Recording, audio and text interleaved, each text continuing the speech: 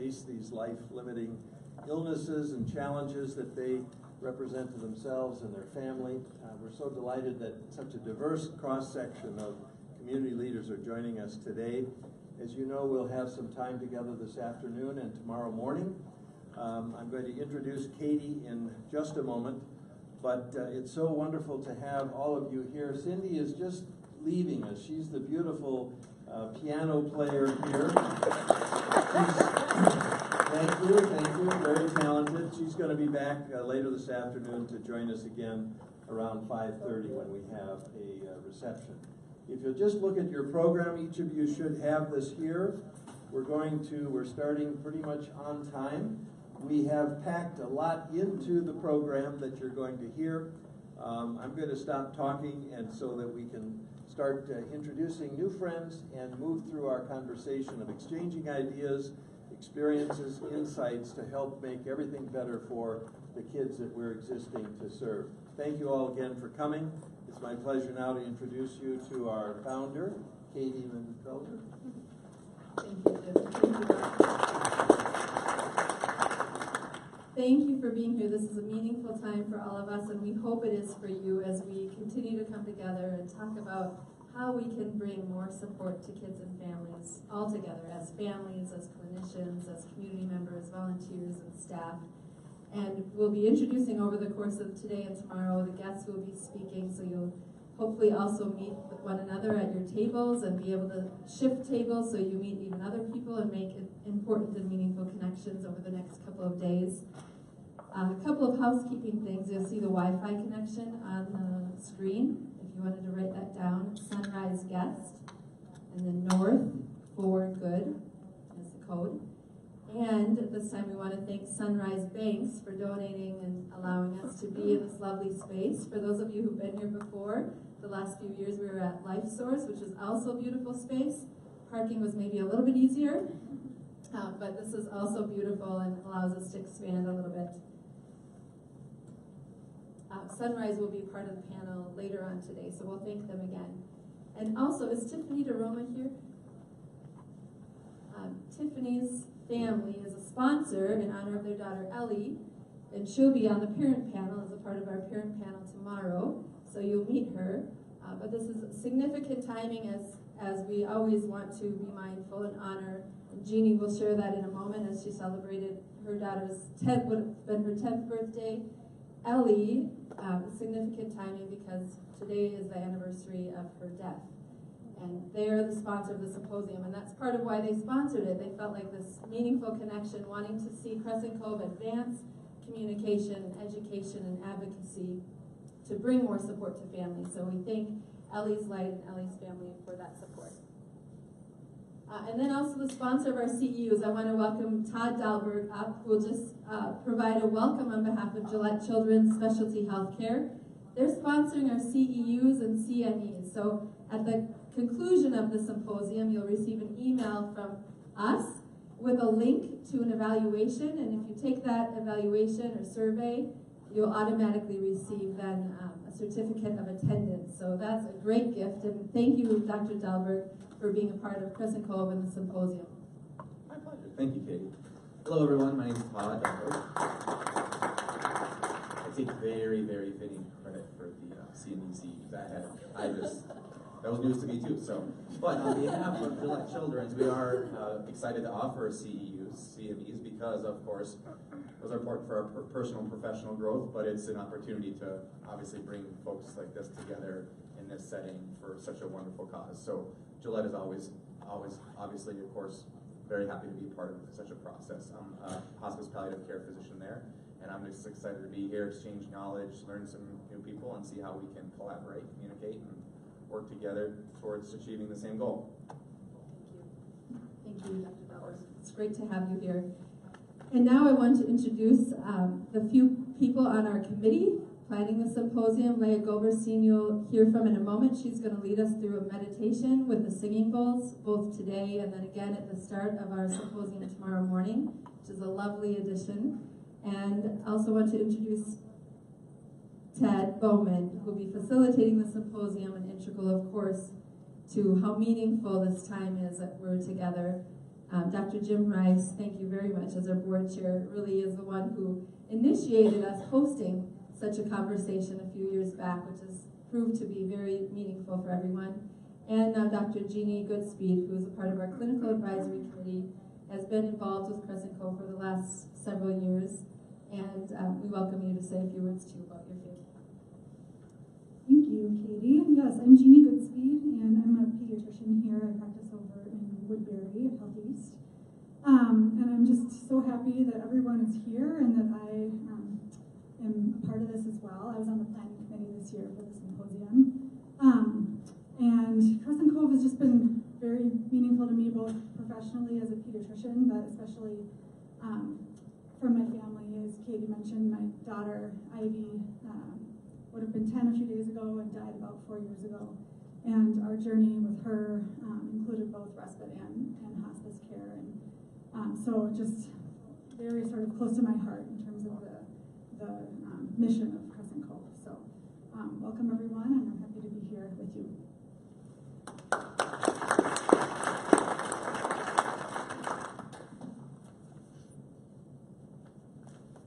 And just another couple of things. On your tables, you'll see a note card, Crescent Cove, with our logo on it. If at any point you have some ideas that you want to share, things that you want to pass on to us, we ask that you might write notes on these and leave them at the registration table, and we'll ask again tomorrow, especially at the end of the symposium. There are things you think, gosh, next year I hope they talk about this, or I wish this were covered, or someone with this background were involved. Please do let us know. We take those to heart very much so. Last year people were suggesting we have siblings involved on the panels, and we do this year, a friend of Michelle Peterson, our medical directors. Also, we have referral cards. Our social worker, Kate Rubishko, is here. And I also want to introduce now some of our staff. Kate, our social worker, if you'll stand. Thank you for being here. So as we're in this conversation and you get to know more about Crescent Cove and know of families who could use support, you'll see the referral card with information on how to make referrals. Dr. Michelle Peterson, our medical director, if you'd stand, we can recognize and thank you for all you do. Carla, our office manager, who helps immensely, obviously, to make this possible. Thank you, Carla. And Tara Anderson, our director of engagement, who, if it weren't for her raising money, we would not be having a conversation whatsoever. Because all of our services are at no cost to families, just as there's no cost to be a part of the symposium. Did I miss any other staff? I want to be sure. Okay, and thank you to our board for your support too of hosting such an important event. But those cards are there for you. And now I want to welcome Leah Goberstein, who's going to lead us through a centering meditation, which is an important way for us to start our time together and launches us into a much full dialogue and conversation that Ted will then come up to facilitate as we go forward for the rest of the symposium. So thank you for being here and for being such an important part of Crescent Cove.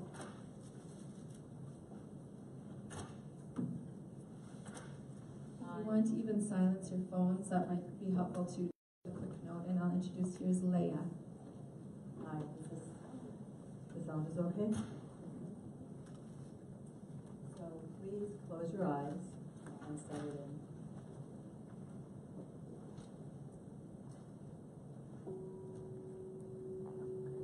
And take a deep inhale that goes all the way down to your toes.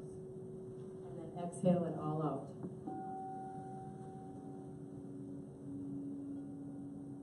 And notice your thinking. Just notice what's on your mind without any need to change it or to judge it. And then notice your feelings, your emotions, and come up with just one word that captures how you're feeling at this moment and say it out loud quietly.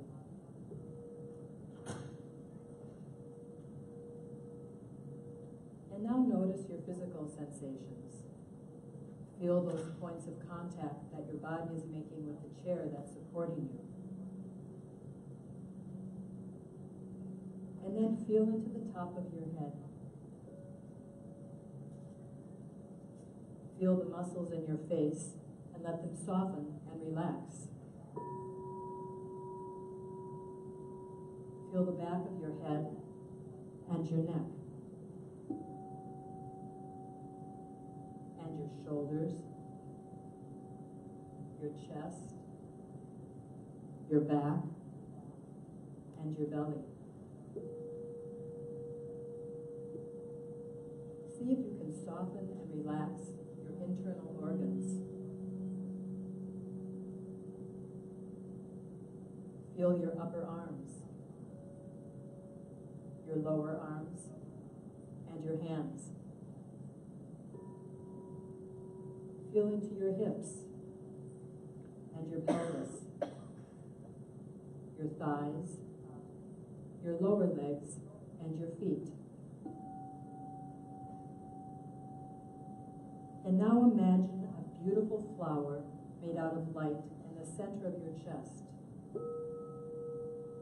Its petals are slowly opening. Take 3 long, slow, deep breaths. And with each breath, just imagine the beauty of that flower getting brighter and brighter and brighter and brighter. See that this flower has at its center the face of a child whom you love. Breathe in and let yourself experience all of the sensations that accompany this love.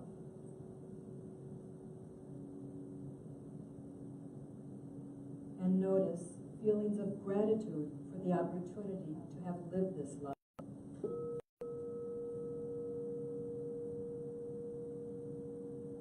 Now take 3 long, slow, deep breaths.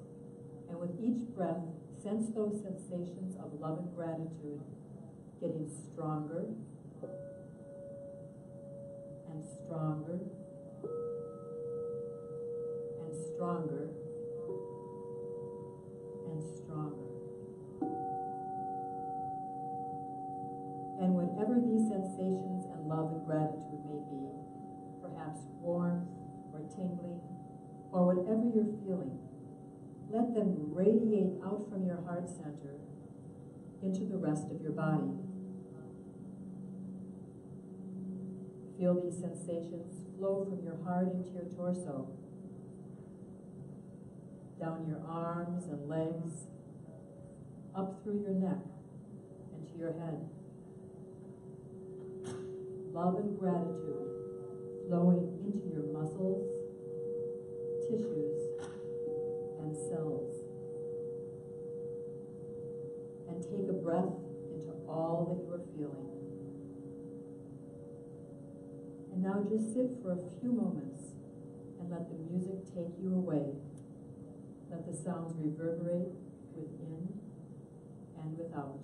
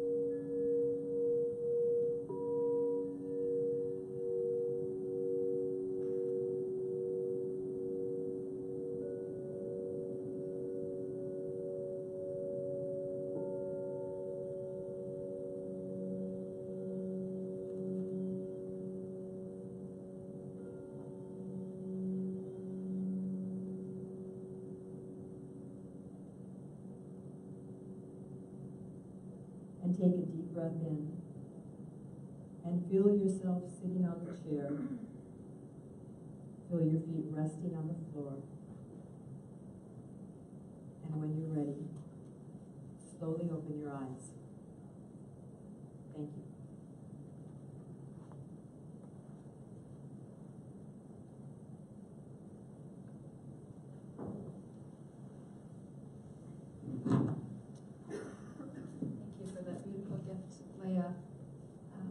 Woodbury has donated a number of singing bowls to Crescent Cove that we've used with families and ceremonies with our board and rituals with donors and with families. And so it came to me as a moment we, as volunteers, were with Levi at the end of his life before Crescent Cove opened, and just feeling that connection and the connectivity that sound brings and love brings to those of us who are here and far beyond. So thank you for that gift.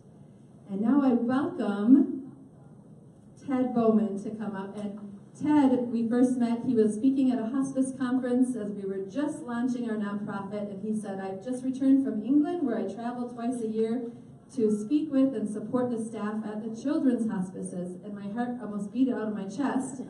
And he said, why would we not have such a place here? And I thought, he's going to help us. So we met many times, and thank you, Ted, for everything you do. He now provides support to our therapists and to our staff and beyond, volunteers in many ways, including facilitating this very meaningful time that we'll have. And so the great gift of introducing you, Ted Bowman. Thank you for being a part of Crescent Cove.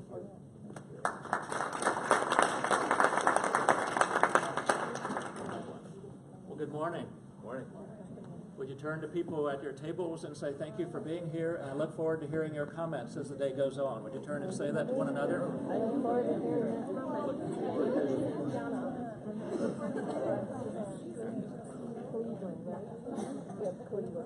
Some of you who've been with me before know that comes from Bob Vaninga, now a professor emeritus in the School of Public Health at the University of Minnesota. Am I on? Yeah.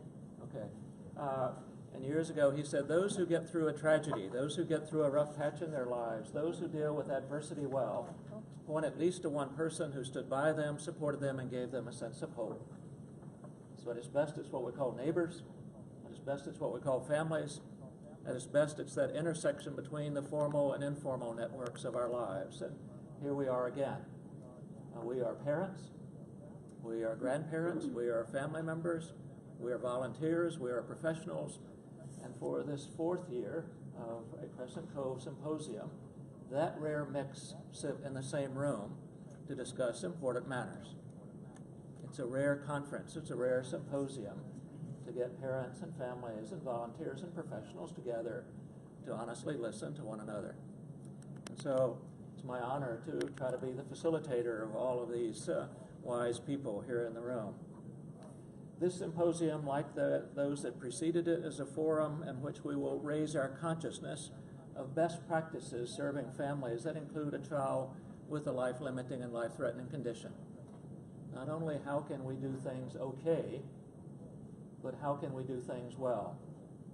And how can we aspire for what we might even describe as best practices? Having said that, let's be clear about some of our boundaries and some of what this is and what it is not. This is not a decision-making assembly. We are not here to tell staff and board what to do or how to perform their roles. Although we probably need that. Probably need that, yes, especially Jim. Yeah. Rather, we believe that through listening and talking respectfully with one another, we will all learn, and that our board and staff will be informed by our collective wisdom. This is an opportunity for us to inform one another as well as to inform them. So you are encouraged to share the floor. We have a very full agenda if you've looked at the program. Even the speakers have been asked to be efficient and focused with their remarks, allowing time for discussion with them. Many of our speakers could take at least a half day, and we have given them 10 or 15 minutes. Pardon? Including you, yes, yes. And so it's we're wanting, it's not that we're going to be absent of depth, but rather as we raise our consciousness and hear the various voices of parents and families and professionals and volunteers, that hopefully we will be stretched into that depth and we will have some of these kinds of conversations with one another. And I'm stepping right in front of the camera here. In that regard, we will be moving at times from speakers to table conversations to open forum for questions with some of our speakers. Would urge you, if you have questions or comments, to be discreet. Make your questions to be as short in length as possible, and also for the benefit of Crescent Cove. If you have a more personal question about a subject that a speaker has addressed, our speakers can be approached at breaks.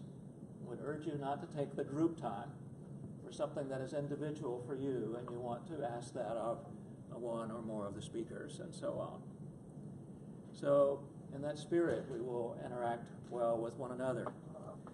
So in order to make this as real as we can, before I introduce our first two speakers and we begin to look at the arc of palliative care, let's hear the voice of a parent.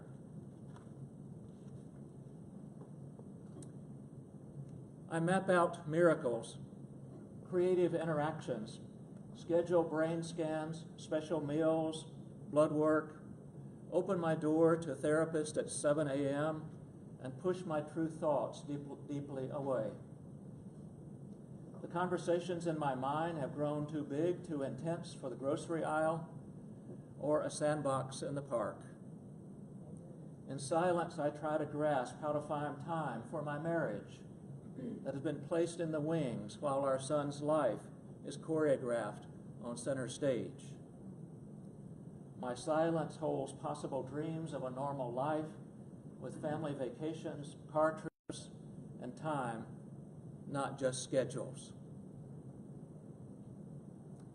And then she goes on to write, I've become accustomed to insurmountable stress, morning until night, waiting for the new phone call about my father-in-law's prognosis, rearranging the nanny to bedside shifts while he is dying before us.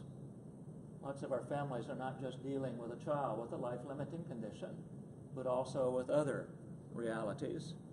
I try to hold my head up during construction meetings in our house and wonder if these details will ever matter. I dread the constant flow of therapists, medical exams, and opinions about my son. There is constant fear that a sideways glance is a seizure or a sure sign of regression. It is my friend's concern that finally pushes me towards help. It is my friend's conviction and concern that finally pushes me toward help.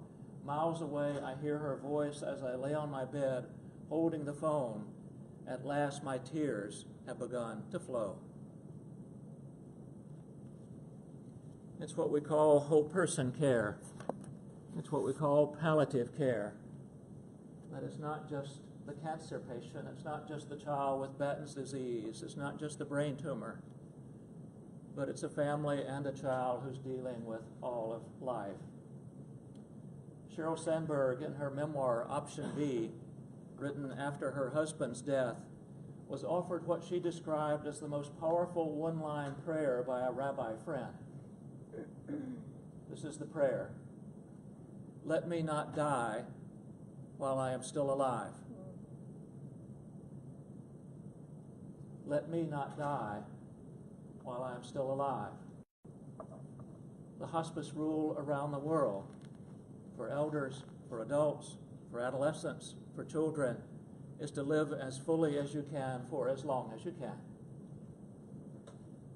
And so what we're going to do this first part of this symposium is to look at the big picture in terms of palliative care. Where are we now? And look at the arc of the best of palliative care, and want you to begin to think about whole person care if you or a family member was living and dealing with something in their lives. And we have two rich perspectives to offer us.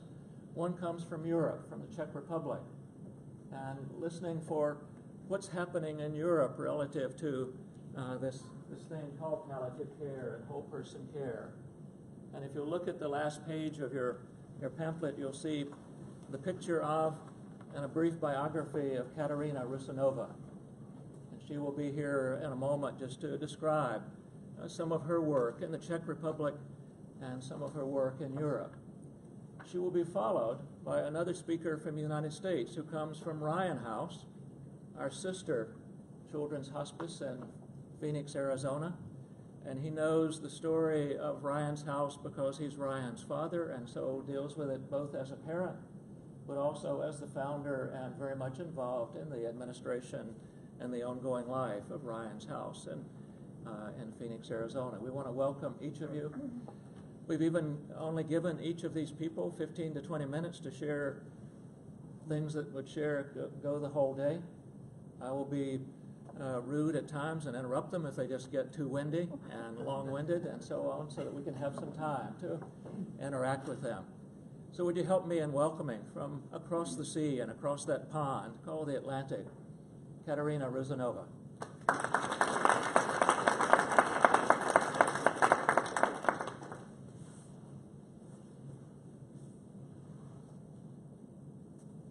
You want to use this one? Okay, there you go. Is it working? Is it working well? Can you hear? Can you hear me? It's a little soft. I'll turn up the volume. Can you hear me now? Yes, I think it'll work fine.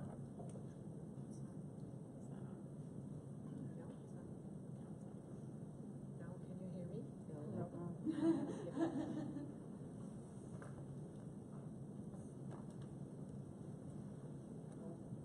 Is the other one on? Otherwise, so that's So, yeah. okay. Thank you for having me here. It's a great honor for me to have these 15 or 20 minutes to say something about what we are doing in Europe.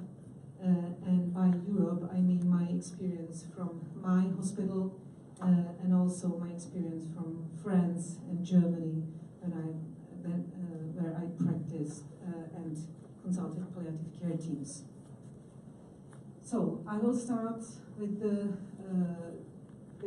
giving you a little bit of flavor of where I come from. This is the city of Prague, Central Europe, Czech Republic.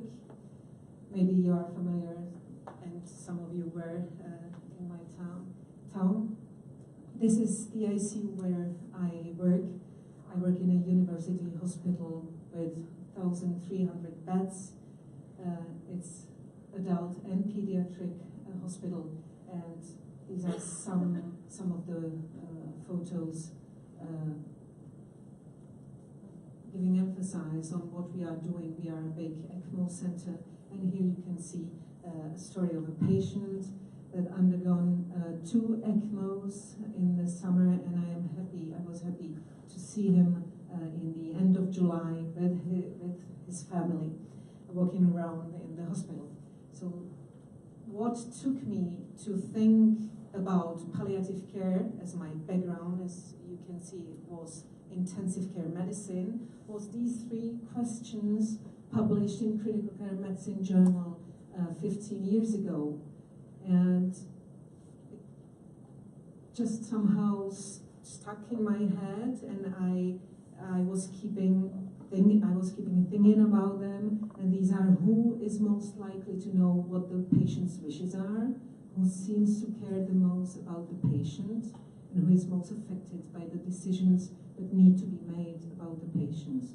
So that was for me the motive, the trigger to think about what kind of decisions we are making in the ICU and how we can involve families and reach what we call shared decision making. So that was the beginning of my journey toward palliative care.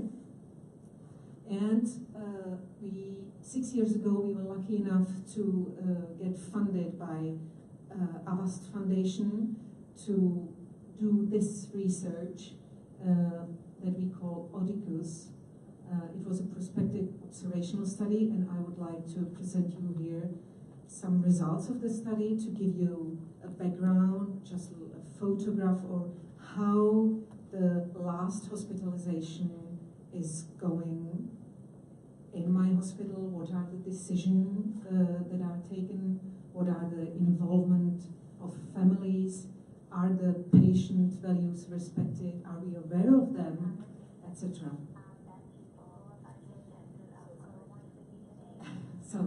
So the setting, as I already said, was the tertiary hospital with 1,300 beds and 56 ventilated ICU beds. to just brief you about how big we are, we have 56,000 hospitalizations per year. And our research questions were, what proportion of death in our hospital are expected? There are approximately 1,000 people dying in our hospital per year, and how we just think about them. Are the deaths expected? How is the decision making in the last days of life? Are we providing high quality palliative care for these people? And do we respect the patient's values? It was a 1-year prospective observational study. We included 945 patients, and data were collected by 24 trained interviewers. And to have a detailed picture of what is going on, we just took the data from the patient chart, obviously, but we also performed semi-structured interviews to dive deeper in the experience, what is going on during the last hospitalization. So we did a semi-structured interview with physicians and nurses caring for the patient at the moment of death, and then to have the picture complete, we performed a phone interview with patients' relatives from 3 to 6 months after the death. And here are the results. To our surprise, 42% of death are happening in the ICU. And I don't know if it's the role here and if it's if it's aligning with values of patients, but this is an important result and an important insight what we are doing in hospital and why we are taking the patients to the ICU. Other important results is this one. Death is not something that happens to our surprise. Almost 90% of death in 20-month surgery are something that is expected. That means that we can upstream do something to have a better experience, to support the families and the patients.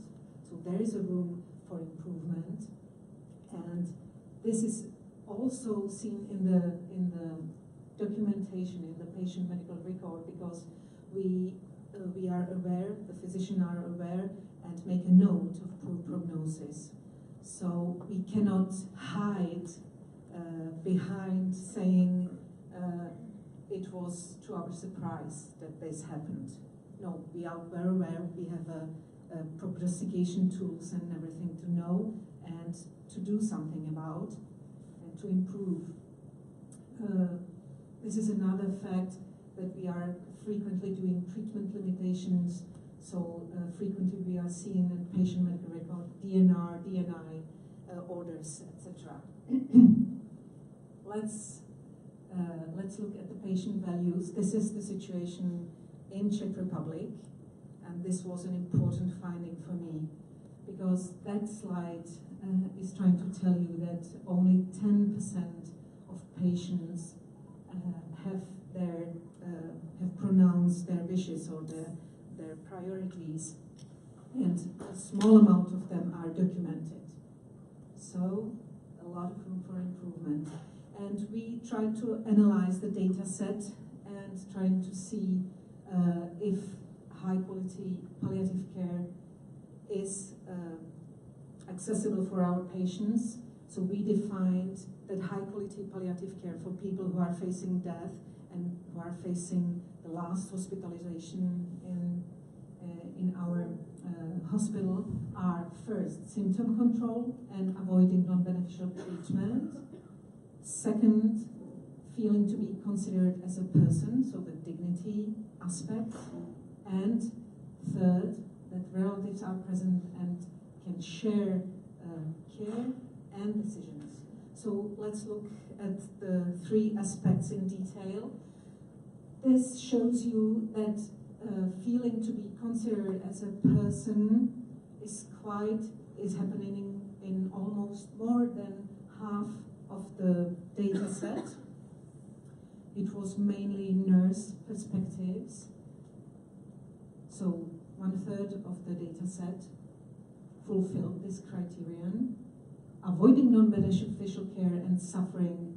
Again, we have important numbers of patients, always over 500, almost 600 patients not getting non-beneficial treatment. So we could say, again, a third of our data set is doing quite well. And the third aspect that is our present and shared care and decisions, we have again documentation of more than 500, almost 500 patients to fulfill this criterion. What was interesting for us to make in conclusion and to have a big picture of this data set is that we are able to fulfill different aspects of high quality palliative care, but we are very poorly doing in assembling all the three aspects together. So only 10% of our data set could be said about that they are getting the high quality palliative care. So that is the flow chart that express, in other words, the results that I've just been showing you.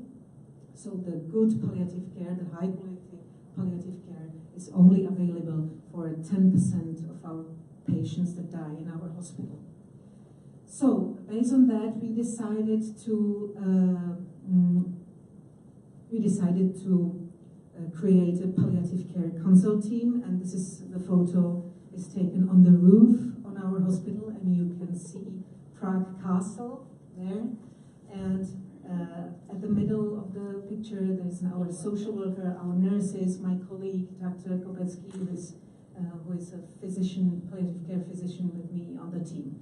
So based on this study, we had enough information to know where we are, and that there are a lot of needs for our patients to fulfill, and so we are happy to have this team.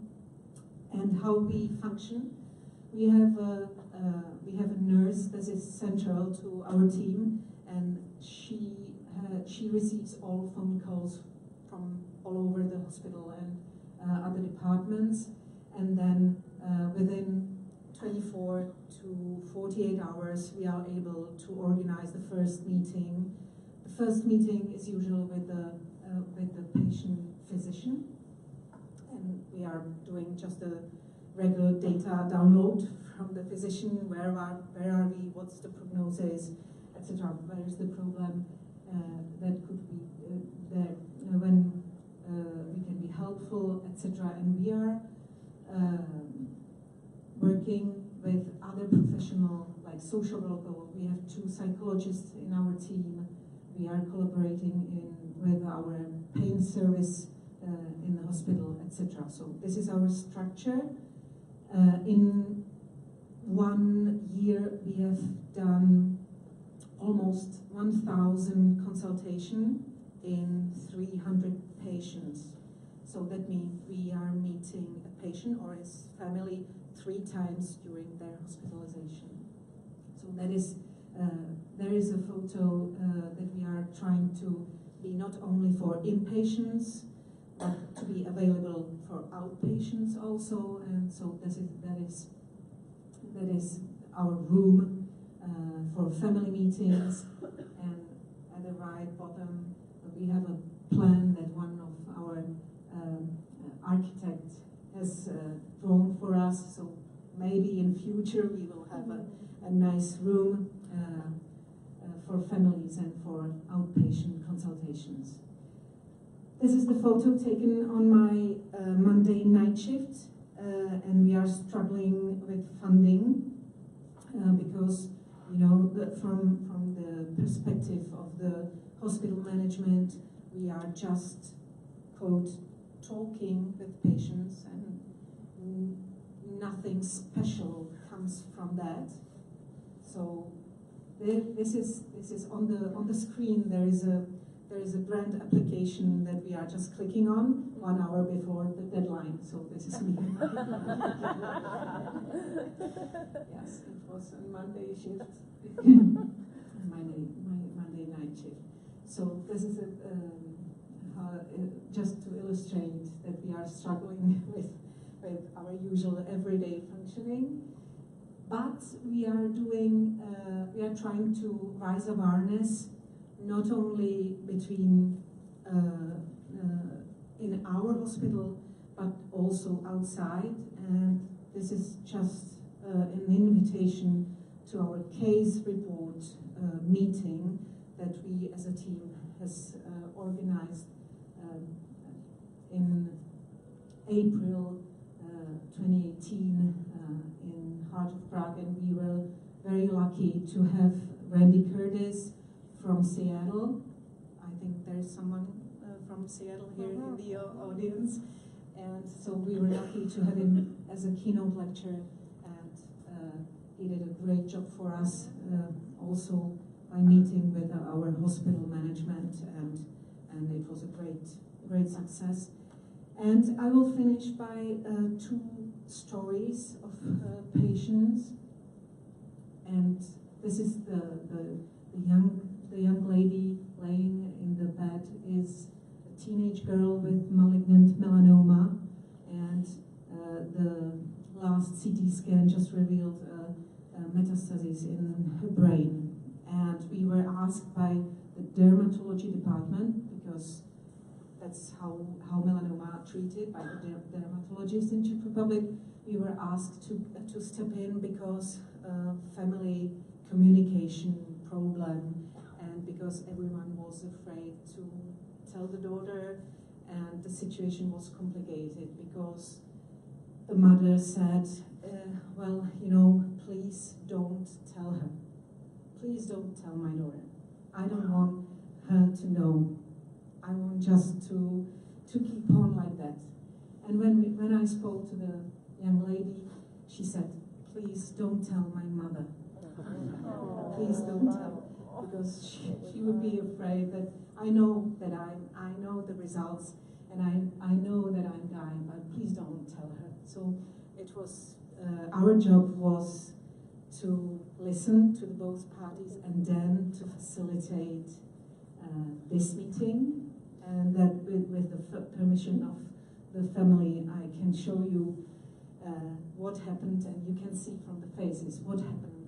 So we were discussing about experimental treatment and ICU admission at the beginning, but with the understanding of the trajectory of the disease, etc., we were able to set the priorities for the patient, and the priorities wasn't ICU and wasn't experimental treatment, but was to be with a volleyball team mates. And so this is one story, and another story is you probably wouldn't say that the woman at the photograph has undergone CPR 72 hours prior. This photo was taken, and her diagnosis was advanced lung cancer, and she was struggling with obstruction with a tracheal stent, and that causes suffocation and cardiac arrest, etc. So she was resuscitated successfully, and we were involved as a palliative care team to discuss further options. The options mentioned by the pneumologist and ICU docs was to improve the stent position, eventually to make a trach, to allow the suctioning and to prevent another stent obstruction, etc. Okay, we were very much okay with that, but we said there is another option. We can ask the lady what her preferences and priorities are, and we could have that conversation, and the lady said, you know, what I would really want is to marry my partner that I'm with for 20 years. So that was was a radical change in treatment plans. But here we are. This is our ICU team, and you can see at the bottom of the picture that we were close to ICU because there's an IV line on the ladies, and there's a central line hidden also. But this is the photograph from the wedding and in our ICU. So that is, in short and briefly, a presentation of what we are trying to do and to accomplish, and with that I will finish, and I'm happy to take questions.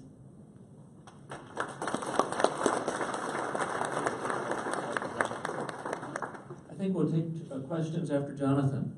Take a breath and absorb what Katerina has been sharing with us. Their work in the Czech Republic, their work in trying to infuse palliative care into a hospital system where this is in some ways a foreign language, if you will, learning something different and so on. What she was also referring to, and Jonathan is going to help us with that later this afternoon, is who's on your team? Who should be involved in these conversations? Who should be there to offer support and so on? And so let's hear both voices, and then we'll have some chance to dialogue with both Katerina and Jonathan. Welcome to you. Thank you. Yes. Thank you. Yeah, very thrilled to be here. Okay, thank you. So I'm a non-medical person. I'm a marketing guy, and I'm a dad. And so that's the perspective that I'm going to kind of bring to this. But I'm also very involved in this whole palliative care movement here in the United States because my son Ryan, we've been doing this now for a long time, and we're the ones that started Ryan House in Phoenix, Arizona. So I definitely have a lot of perspectives on this and opinions. But I wanted to kind of give you a relevance to why I'm here and talking. So my wife and I have been married for 26 years, and that alone is, I think, a nice milestone because many of the families that are going through what our families are going through are very overstressed, are very overwhelmed, and end in divorce.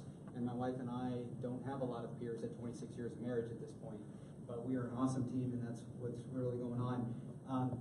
Our story kind of starts, so I'm going to talk about our family and a little bit about Ryan House, not go too much into Ryan House, but just to give you the palliative care perspective, from my opinion, in the United States.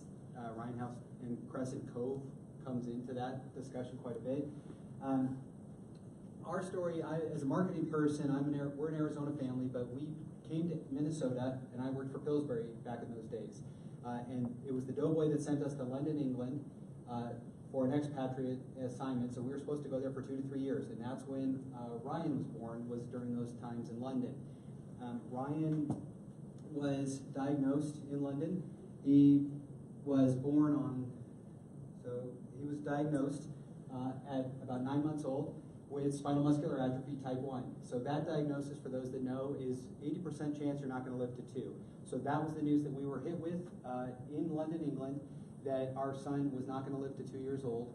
Just take him home. There is no treatment. There is no cure. Take him home. Love him. There's nothing you can do about it, which was devastating news for us. Our closest family member was 11 hours away in Phoenix, Arizona on an airplane, and we just now had to kind of learn to live with life. In England, we were referred to a place called Helen House, which is the world's first children's respite and hospice house. It was started 40 plus years ago in Oxford, England. Coincidentally, that happened to be the closest Crescent Cove to us was Helen House, the original one, which was 45 minutes up the road in Oxford, England. So we resisted it because it was described to us as a hospice house. And so as Americans, and having grown up in America, obviously, we were rejecting that idea. We said, no, hospice, that's dying. We're going to save our child. We're going to find a cure. We're going to do something that we can do. And so we resisted going. But eventually the therapists and the practitioners around us convinced us to go. And when we walked in, it's like walking into, I just took a tour of Crescent Cove for the first time a few hours ago. It is like that. It is gorgeous. It is home away from home. It is comforting. It is caring. It is everything that you want it to be. And that's what Ryan House is about. That's what Crescent Cove is about. The original one was Helen House, and that's where this whole story kind of starts. Our goal when we returned to Arizona less than a year later, was to bring Helen House now to Phoenix. Nothing more, but nothing less. Our goal, and when we built Ryan House, was really to bring that model of care here to Arizona. It's a simple concept, and there are now 45 of these in England, but there's only now, Crescent Cove is now what I consider to be the third one in the United States. So congratulations here for sure. This was our D-Day, basically. That was Valentine's Day 2002 was the day that we got the diagnosis, and that was the most brutal day in the world. We stayed at Helen House. Ryan, at that point, was a very beautiful, very happy boy, very muscular, challenged, was not meeting milestones, and so we were very confused as to why is this happening, what's going on. So this is a quick little snapshot of Ryan House in Phoenix. It's now been open almost for 9 years at this point. The book on your left is A House Called Helen. That was my go-to manual for when we started Ryan House. And so that was really the book that taught me how to build a Ryan House, how to build a Helen House. We actually now have written the book. So Ryan House in the heart of Phoenix is available on Amazon. I won't go into the whole story about Ryan House, but that book will kind of take the story and tell you what all happened and how this all came about in Phoenix, Arizona. So let's talk about palliative care in the United States. So this is at a recent event. So Ryan is 17 years old now. He didn't die. So we see that as a huge success. Ryan will describe himself as moldy cheese. He's way past his expiration date. But he's an awesome kid. And I've got another son, Ethan, who is 20 and will be joining us tomorrow as well. But I want to talk about, actually I'll go back to this one for a second. I want to just briefly talk about a couple of moments in our journey that have relevance to palliative care. Because for me, palliative care is a big concept. It is an umbrella concept that not only cares for all of the medical professional stuff that is happening in the hospitals and the care, but it encompasses a lot of things under palliative care. So I love palliative care in a big, very broad sense. I think that Ryan is 17 years old today because we really had the best of both worlds. When we got diagnosed, that happened in England. They are decades ahead of us as a country in terms of how to deal with the emotional and psychological aspects of death and dying. And so to go through what our journey was, to do it in England was, you don't want to be on our journey, but if you're going to do it, England is really one of the best places to kind of get to come to grips with the diagnosis and really understanding about people are born, they live, and they die. Now, I can say that I think that Ryan is 17 years old because we came back and he lives in Phoenix, Arizona. Americans are much more aggressive on our care. Children don't die in America, so we are able to save kids. We're much more aggressive and proactive with care, and I think that Ryan is 17 because of that. Plus, he's got an amazing mom who is all over his care all the time, and he's 17 years old now. I want to kind of talk about back in the day. I wanted to talk about when Ryan was 4, because that was really a palliative care moment. That was what we consider our bad hospital stay. So when Ryan was 4, the week before, let me just tell you, the week before, Ryan and I were at a Diamondback game, our professional baseball team. We were having hot dogs, life is fine. Literally the week after that game, Ryan started to slide. He started to get sick, pneumonia was developing, and within 4 or 5 days, he was getting pretty rough. So I'm at work the following Friday. Holly says, I need to get him into the pediatrician. We need to get some IVs or antibiotics or something going on. She takes him to the pediatrician. The pediatrician says, nope, this is bad. We got to get him to the ICU. They called an ambulance, and we're like, what the heck just happened? I literally was having hot dogs with the kid the Friday before, and now the following Friday, from the pediatrician's office, they put him in an ambulance, they take him over to the hospital, and he's immediately admitted into the ICU. I had to go to the pediatrician's office, get his wheelchair, and bring that over. So we get into the ICU, and there's this kid in pretty rough shape. So because of that, here's what happened as ICU doctors were doing. They treat the kid that they see. And what they saw was a kid in very rough shape. So immediately they're telling us we have to trach him and we have to Gtube him. And we're like, hang on a second. I just was having hot dogs with the kid a week before, and now you're telling me I have to trach him and I have to Gtube him? That was, Holly and I, at this point, Ryan House had already begun. We were surrounding ourselves with lots of experts and lots of people. So to have an intensive care doctor, who were our experts that we're supposed to be listening to, tell us we had to trach the kid and Gtube him, we're getting hit hard with a lot of information right at the moment. Those doctors leave. Holly and I are trying to go through what's going on. We're crying. We're trying to figure all this out. Thank goodness a nurse, a traveling nurse, happened to be on shift that day, came into the room and really just slowed down the conversation. That nurse happened to be from Florida, just random coincidence, was trained in palliative care, and really helped Holly and I just slow down everything, and really kind of helped us to get our grip and to kind of really talk about the conversation about, hey, let's get into some non-emergent sort of situations. Let's talk about intubation if we have to go there. Let's talk about a nasal tube if we have to go there. But let's not start cutting this kid up if we don't have to yet. And it was only because that nurse had been trained in palliative care to really slow down this situation. I say it was our bad hospital stay because that was 18 days there. We introduced a BiPAP to Ryan during that stay. Ryan in the intensive care had mucus plug, so I was getting coffee, his eyes rolled back, his lips turned blue. Holly had to get him breathing, and the nurse had to get him breathing again. I came back into the room freaking out, what the heck just happened? 5 days later, we're up in respiratory floor. I'm putting on his BiPAP, another mucus plug happens. I see his eyes roll back, his lips turn blue. I've never seen something as scary as that in my life. And then we finally got through that whole period. 18 days later, they're still telling us we have to trach them and we have to Gtube them. And so Holly, I was just talking to her, getting ready for today, and she said she thought they were going to call Child Protection Services on us because we kept refusing to do that. And we kept saying, no, we're not going to do that. And thank goodness we had that palliative care kind of nurse helping to slow things down, to kind of coach us through this. And we eventually took Ryan home with a nasal tube, but no trach. And now he's 17. That was 13 years ago. Okay? So at that moment in time, I think palliative care has really come a long way in the last 10, 13 years in America because I don't think that that would happen today. I definitely think that the hospitals have much more palliative care training and palliative care teams. But at that moment in time, that was only 13 years ago. That was a pretty scary situation for a parent to have to go through.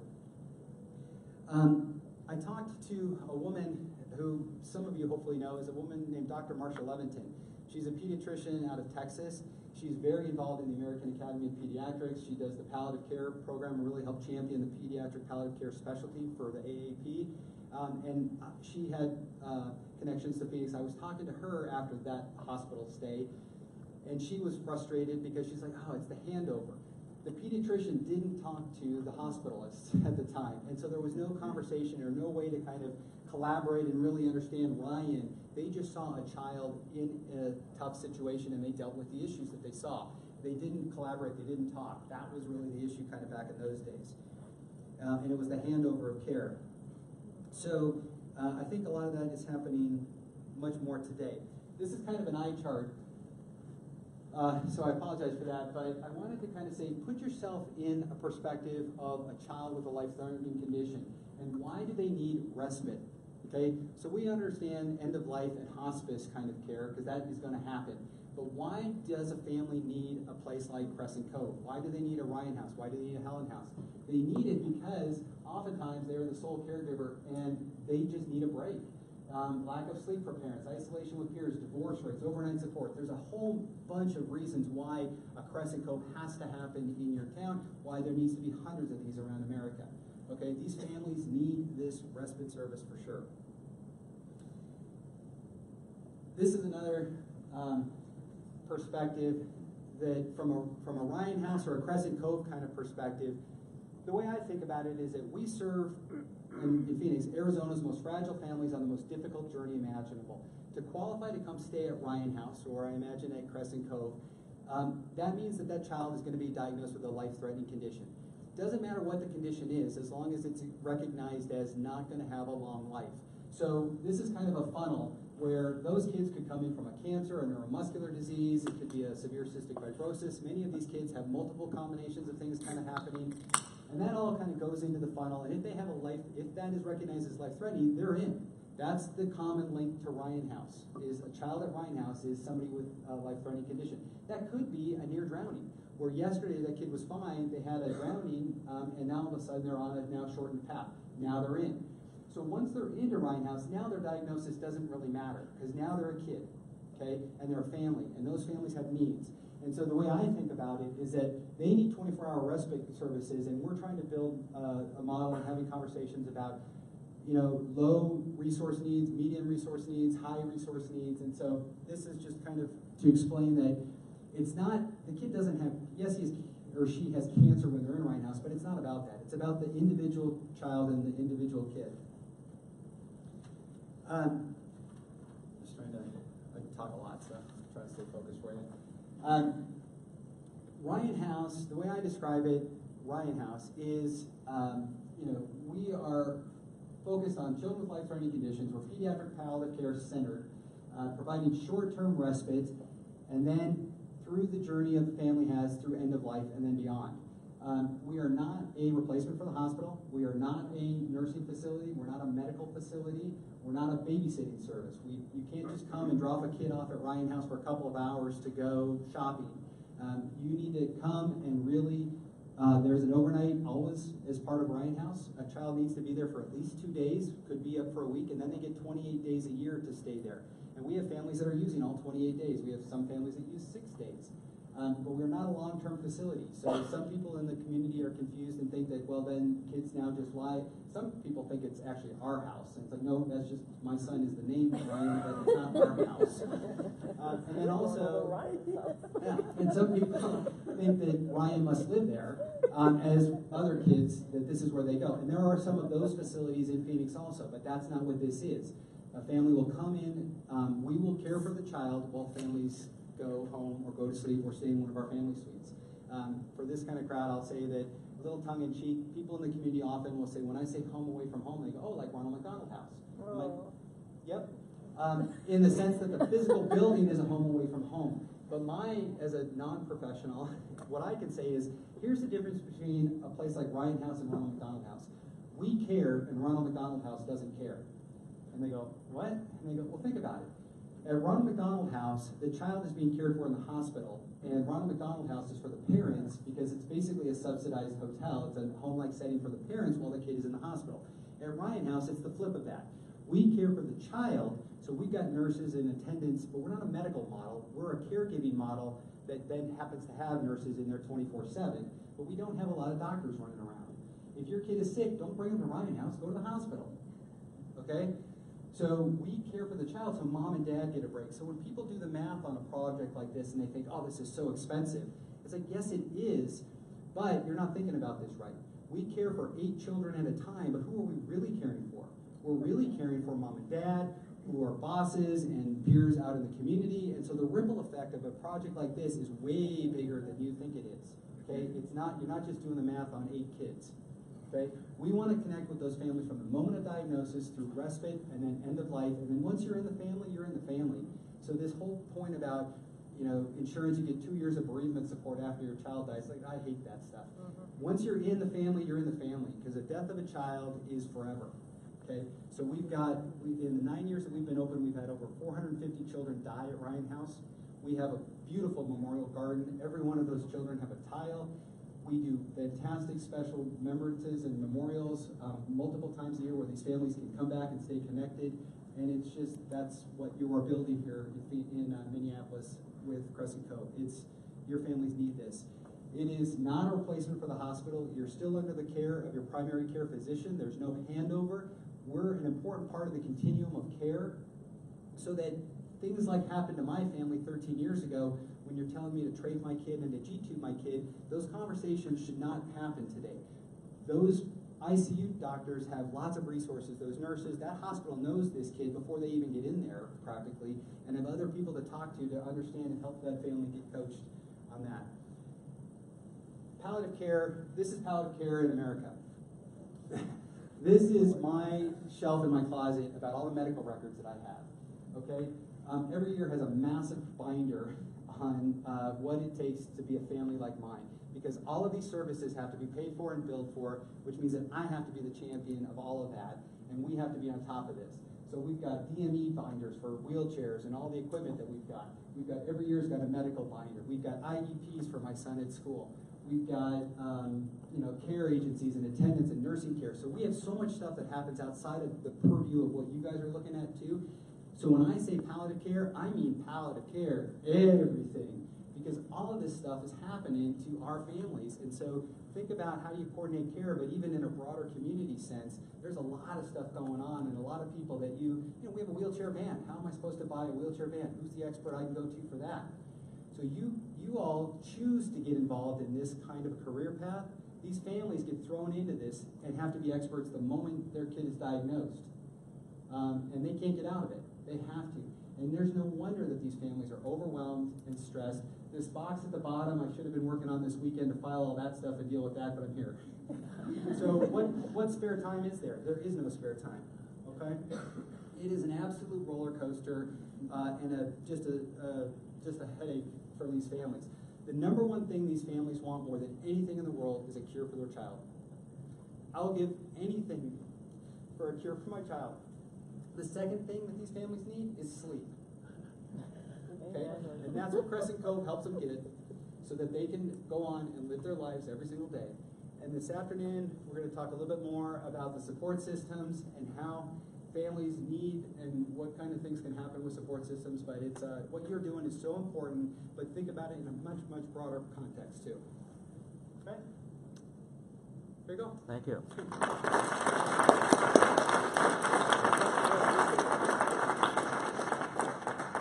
Thank you, Jonathan. I think we're going to shift the agenda. You've heard lots of stuff from both Katerina and Jonathan. I think it's time for you to take a breath and begin to absorb some of what you've heard. And what we'd like you to do at your tables, you can pull together if there are 2 or 3 here, you may want to join some other tables, is what did you hear that resonates with your thoughts about palliative care? If you were in a situation such as the 2 that Katerina shared, or Jonathan's story, what kind of care would you want? What are some of the ingredients that they spoke of that you think should be part of the Crescent Cove mission? I began to make some of these notes. Katerina was talking about who's on your team. She was demonstrating the advocacy that she and her 4 colleagues are doing to get palliative care throughout a 1,000-bed hospital. What are our skills of advocacy and so on? What do we need and so on? Jonathan talked about the conversation to slow down. Just slow down. Begin to hear other perspectives and so on. Are the medical team talking with one another? How do they hand over conversations and so on? What's the impression when you arrive at a place like Crescent Cove? How are you treated when you walk in the door and so on? Does Crescent Cove need to be clear about what it can do and what it cannot do? Is that the best of palliative care? So that you get what you are advertising. Parent care is primary. Jonathan emphasized this is not children's care, this is parent care. Do you agree or disagree and so on? And then some organizational skills in terms of making tough choices about buying a van or not and all of the rest. Would you turn to some of your people at your table? If you've got too many at your table, get in 2s or 3s so you can hear each other. I'm going to give you about 15 minutes, and then we will have time for questions also with Katerina and Jonathan about all that we are saying to one another. But turn and talk with one another for about 15 minutes.